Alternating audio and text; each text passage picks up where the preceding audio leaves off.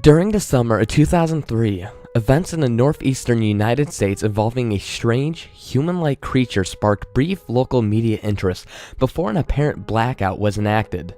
Little or no information is left intact, as most of the online written accounts of the creature were mysteriously destroyed, misplaced, or flat-out deleted. The primary focus was in rural New York State. Once found in Idaho, self-proclaimed witnesses told their stories of their encounters of the creature with unknown origin. Emotions range from extremely traumatic levels of fright and discomfort to almost a childlike sense of playfulness and curiosity. While the published visions are no longer on record, the memories remain powerful. Several of the involved parties began looking for their answers that year. In early 2006, Celebration had accumulated nearly 24 documents dating from the 12th century and present day, spanning over 4 continents. In almost all cases, the stories were identical. I've been in contact with a member of this group and were able to get a few excerpts from their upcoming book. And here's the first one, a suicide note from 1964. As I prepare to take my life, I feel it's necessary to assuage my guilt or pain I may induce through this act. It is not the thought of anyone other than him. For once I awoke, I feel his presence, and once I awoke and saw his form, once again I hear his voice. I looked into his eyes. I cannot sleep without fear of what I may experience next when I awake.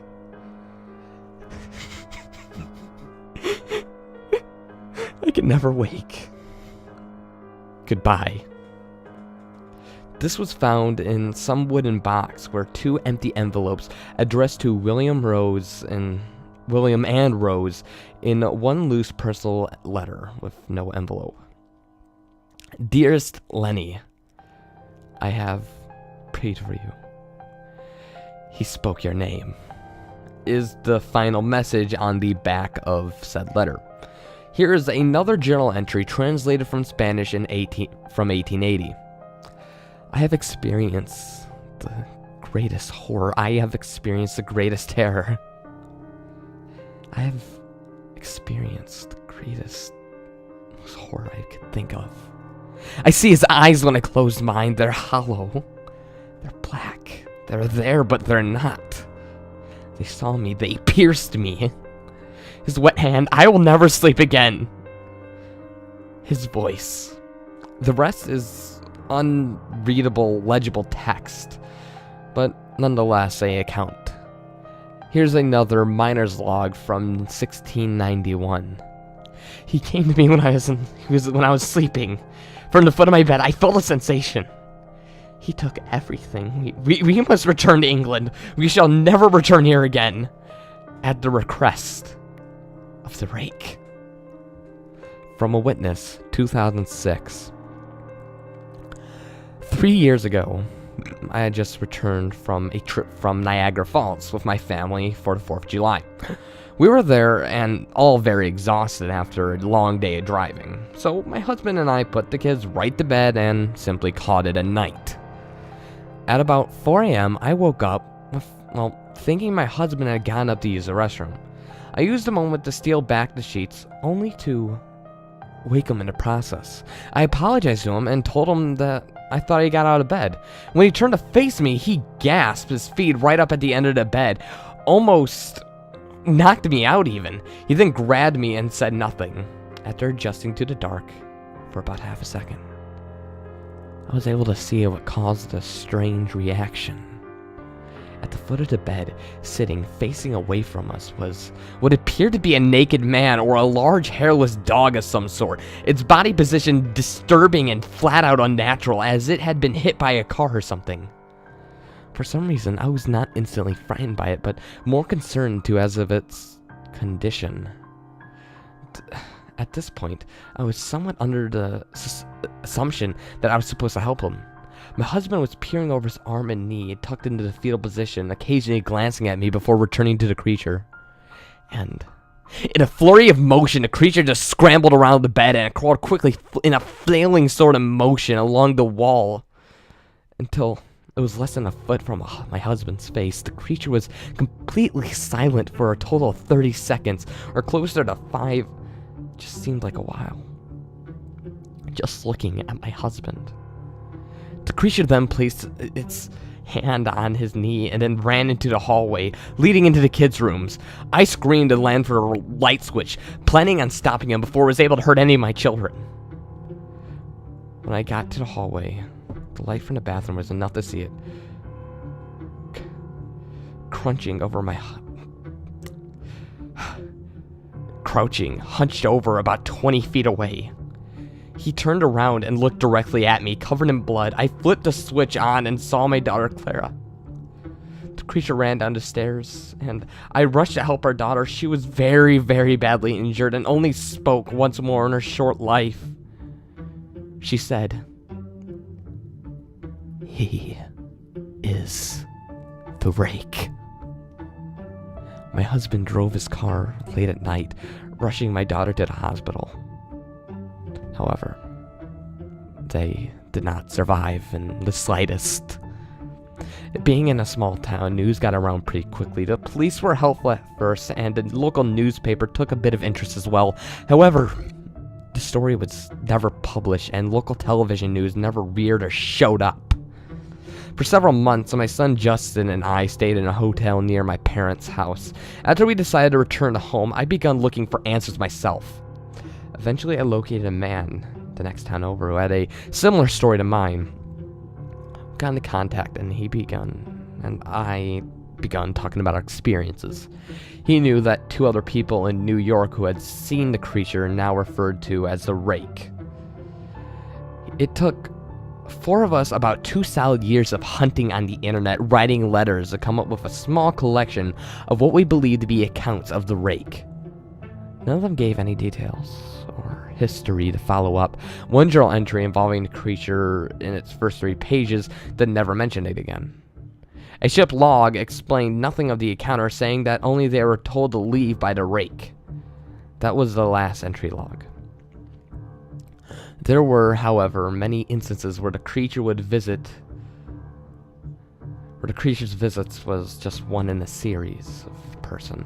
Multiple people have also mentioned being spoken to, my daughter included.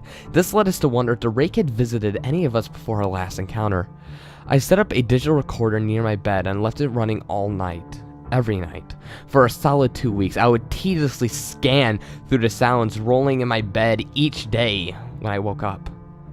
By the end of the 2nd week, I was quite used to the occasional sound of sleep while blaring through the recordings 8 times the normal speed. It still almost took me an hour of every day, even at that speed. On the first day of the 3rd week, I thought I heard something different. I thought what I found was a shrill, sunken-in voice. It was, of course, the Rake. I can't listen to it long enough, and I can't even begin to transcribe it. I haven't let anyone listen to it yet. All I know is that I've heard the voice before, and I now believe that it had spoke when it was sitting in front of my husband. I don't remember hearing anything at the time, but for some reason the voice in the recorder immediately brings me back to that moment. The thoughts have gone through my daughter's head, and the thoughts that go through my head about what my daughter was thinking makes me upset.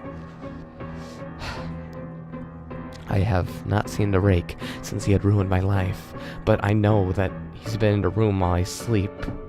I know, and I fear that one night I will see him again, staring at me.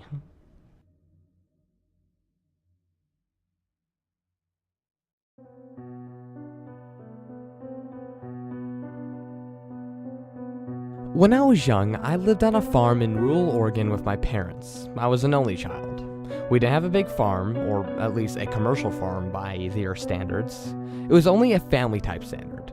We had 5 cows, 3 horses, a small herd of goats, 2 dogs, and 1 chicken coop. We also had some Indian runner ducks that we kept for most part as pets. We didn't really make any money off the place per se, as just enough to sustain the animals and a little extra for ourselves. However, we were able to sustain enough to take a decent vacation every couple of years. Dad had another job in town as an insurance agent.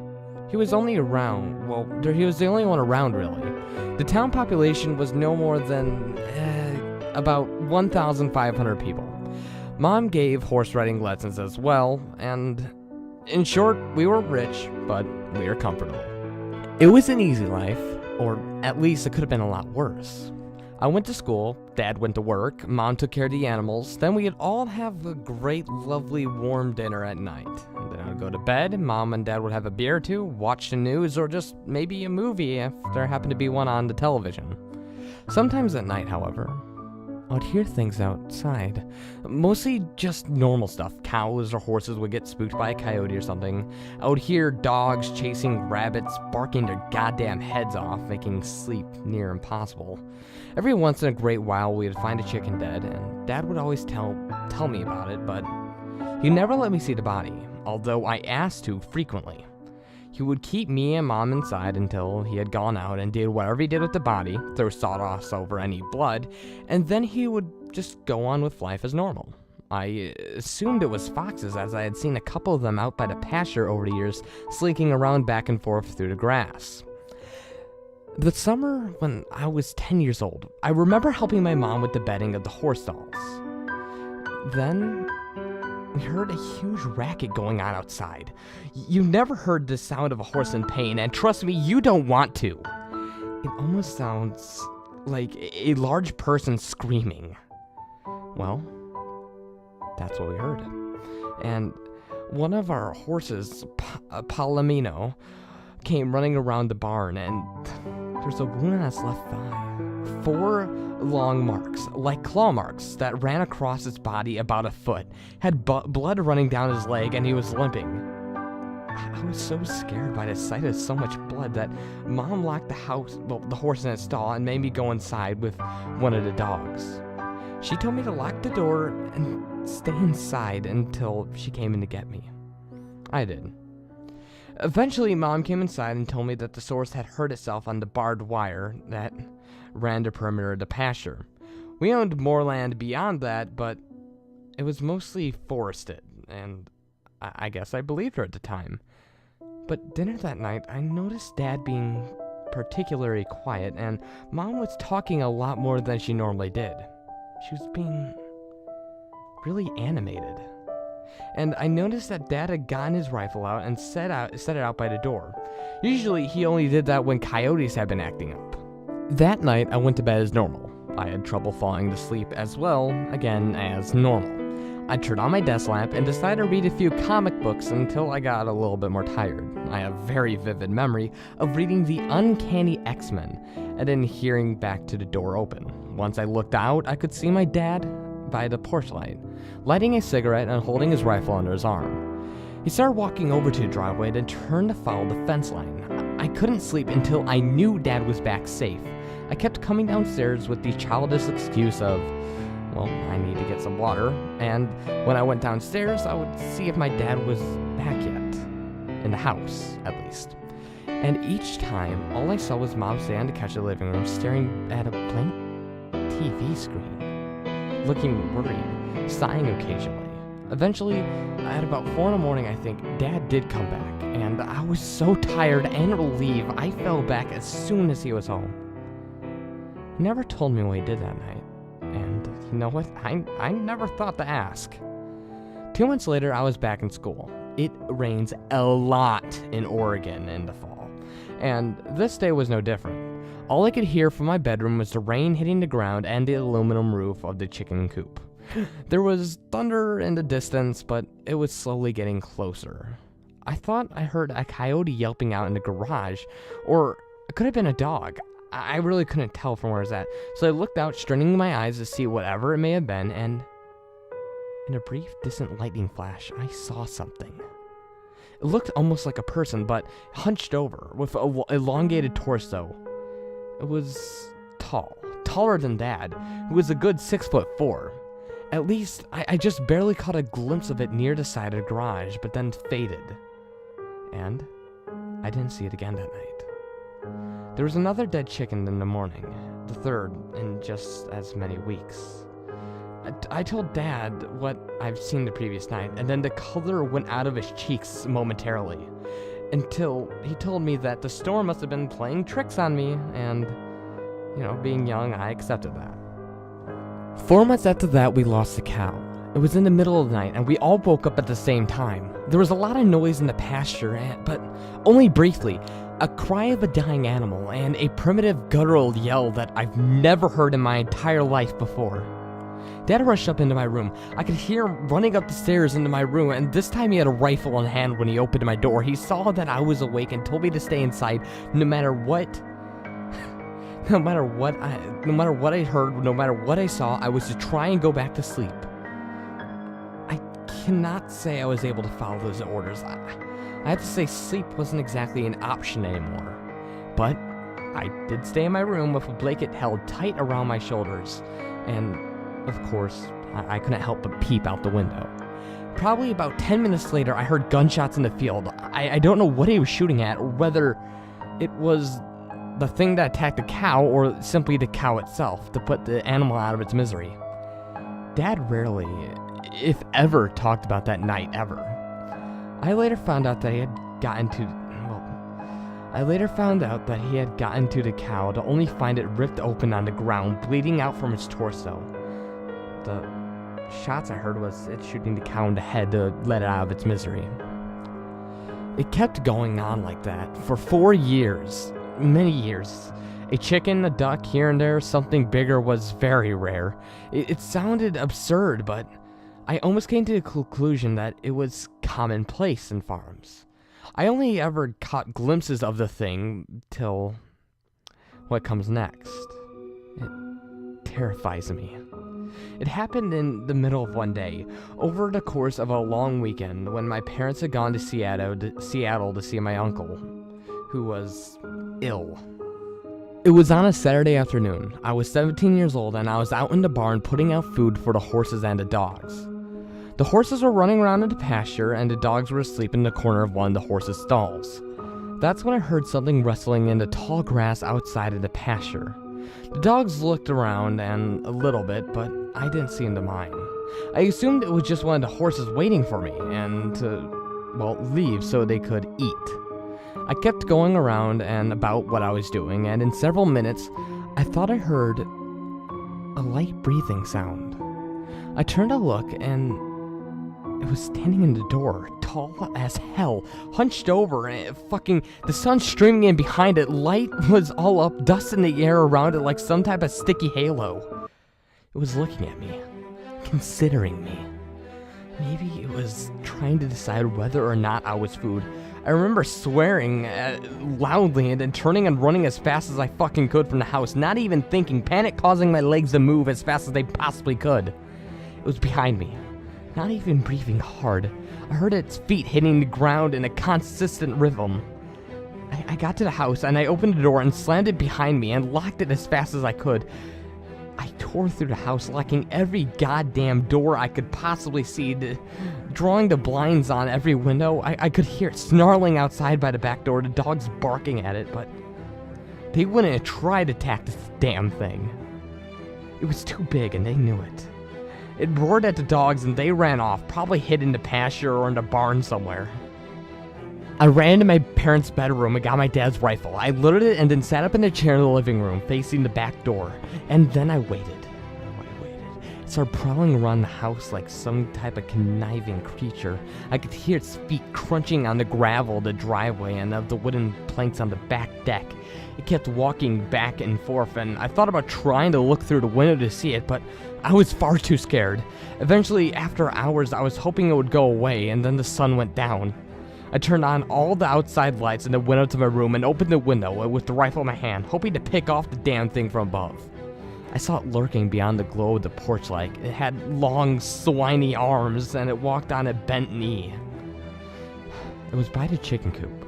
Then, it disappeared from view. I heard the chicken squawking and screeching for a moment, then the damn thing reappeared with a bloody chicken in hand.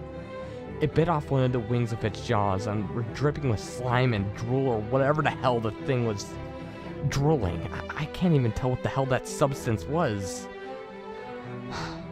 And then let the dead bird drop to the ground at its feet. It didn't look at me. His eyes made contact with mine, and then I turned away again back to chickens. It came back with another bird and then mutilated it in front of me. Then dropped it again, and again, and again, and again. I should have taken a shot at it, but I was astounded and confused, trying to figure out what in the hell it was doing to me. Then it hit me. This was a display of power. It was showing me that it was stronger than me, that it could do whatever it pleases, and I couldn't do anything to stop it. At the same time, I felt I was powerless and sickened, and powerless because what it was saying was true, and if that thing was... and just that thing and me, I wouldn't stand a chance. And then sickened because I realized what kind of intelligence it would have needed to possess to convey such a message. The thought shocked me out of my stupor, then I remembered a rifle by my side. It was heading back to the chickens, and then I decided when it came back, I would take my shot. It strode back to the porch, almost arrogant, walking on a bent knee with its arms that were so long that the chicken was nearly dragging on the ground. I raised my rifle to my eye. I tried to steady myself. My heart was beating so hard that I could feel the rifle shaking ever so slightly with the rhythm of each heartbeat. I could hear pounding in my own ears. It raised its body to its mouth just as it was about to put the chicken's head inside.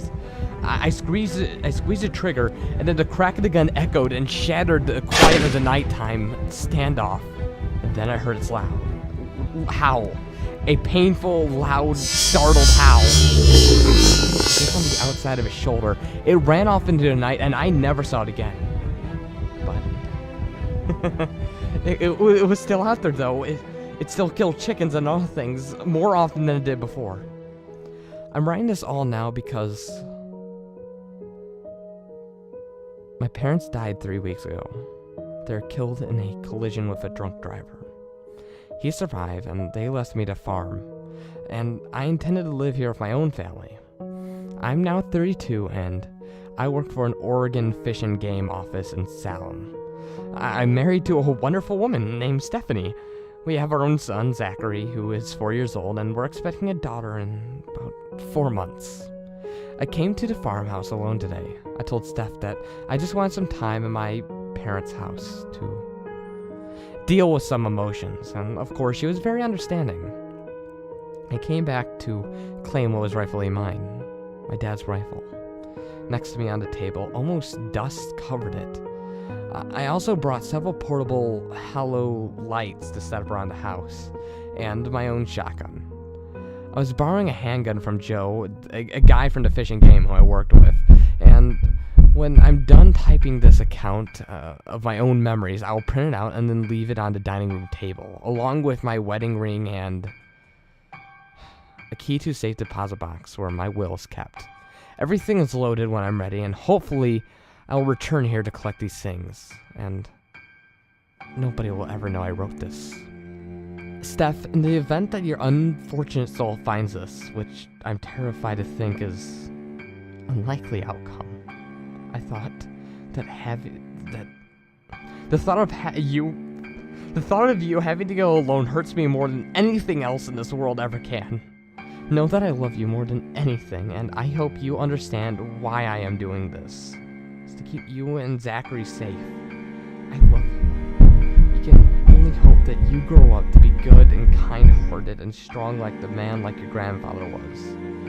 And to my unborn daughter, if I don't live long enough to meet you, it will be the single greatest regret of my life. Tell the police and tell the Fish and Game to call Joe, one of the few people who knows about this. Make the situation known, and eventually somebody will kill it, even if it isn't me. And if you're reading this on some other outlet, it's also in my instructions to post this on social media outlets.